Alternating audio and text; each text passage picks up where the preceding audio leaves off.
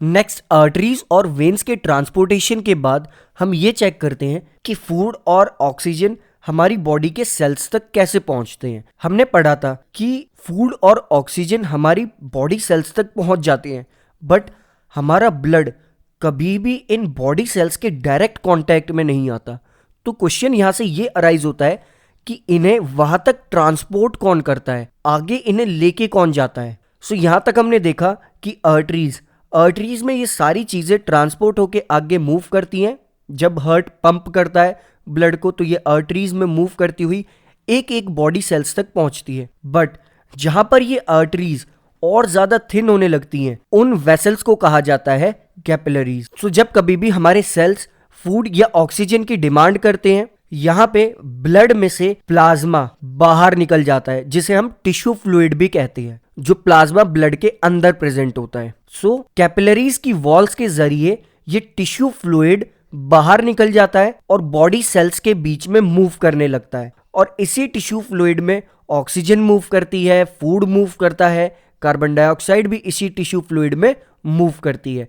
तो हम कह सकते हैं कि कैपिलरीज की वॉल्स के थ्रू प्लाज्मा बाहर निकल जाता है और सेल्स के बीच में मूव करने लगता है एज अ टिश्यू फ्लूइड। और ऐसा क्यों हो पाता है? क्योंकि ब्लड कैपिलरीज जो होती हैं, इनकी वॉल्स बहुत थिन होती हैं। सो जब कभी भी इन कैपिलरीज के थ्रू ब्लड फ्लो करता है और बिल्कुल एंड तक पहुंच जाता है, तो उसमें से फ्लूइड बाहर निकल जाता है, दैट इज प्लाज्मा बाहर निकल जाता है और अलग अलग सेल्स तक पहुंचता है। और इस टिश्यू फ्लूइड में फूड भी होता है, ऑक्सीजन भी होती है, और साथ ही साथ जब ये फूड और ऑक्सीजन को उस सेल्स तक पहुंचा देता है ये टिश्यू फ्लूइड, तो फिर वहां से ये पिक करता है कार्बन डाइऑक्साइड को, और वहां से कार्बन डाइऑक्साइड को पिक करने के बाद ये टिश्यू फ्लूइड वापस कैपिलरीज में जाके मिल जाता है और कार्बन डाइऑक्साइड को आगे कैरी कर देता है। और बचा हुआ जो टिश्यू फ्लूइड होता है वो प्रोटीन के मॉलिक्यूल, डाइजेस्टेड फैट्स, सेल्स में से जर्म्स, कुछ सेल्स के डेड फ्रेगमेंट्स, इन सभी को कुछ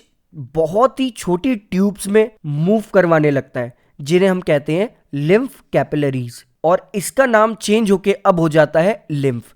लिम्फ सिर्फ एक प्लाज्मा होता है जिसमें ये सारी चीजें डिसॉल्व होती हैं। लिम्फ और ब्लड में छोटा सा डिफरेंस ये होता है कि ब्लड के पास प्लाज्मा के साथ साथ WBC, RBCs एंड प्लेटलेट्स भी होते हैं, बट लिम्फ में सिर्फ प्लाज्मा होता है, प्लस इसमें ये सारी चीजें डिसॉल्व, एंड इसमें ये सारा मटेरियल डिसॉल्व फॉर्म में होता है, दैट इज प्रोटीन के molecules, digested fats etcetera. So एक ह्यूमन बॉडी के लिए ट्रांसपोर्टेशन सिस्टम में लिम्फेटिक सिस्टम भी बहुत ज्यादा इंपॉर्टेंट है, that is lymphatic system. Lymphatic system बहुत छोटी छोटी ट्यूब्स का और we can say thin tubes का एक सिस्टम होता है, और इन ट्यूब्स को हम लिम्फ वेसल्स भी कहते हैं, और ये एक दूसरे से अटैच होती हैं लाइक अ ब्रांचेस, और जहां पर ये अटैच होती हैं उन्हें कहा जाता है लिम्फ नोड्स। और इनके अंदर जो फ्लो कर रहा होता है that is plasma with the extra dissolved materials, उसे कहा जाता है लिम्फ। लिम्फ एक कनेक्शन प्रोवाइड करवाता है हमारे बॉडी के टिश्यूज के